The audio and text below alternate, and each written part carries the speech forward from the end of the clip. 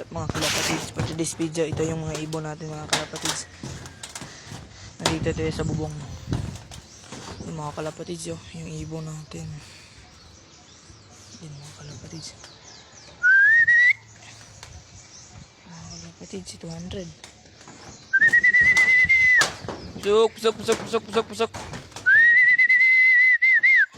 Yan mga kalapatids, nararating na ibon, dagit. Yun mga kalapatids, may dagi tayo ngayon Ay hindi pala mga kalapatids. Nakakauwi si demonyo mga kalapatids. Ilang araw na yan, hindi umuwi mga kalapatids. Kaya huliin natin rin yan mga kalapatids. Kaya huliin natin yan mga kalapatids. Yun lang and bye.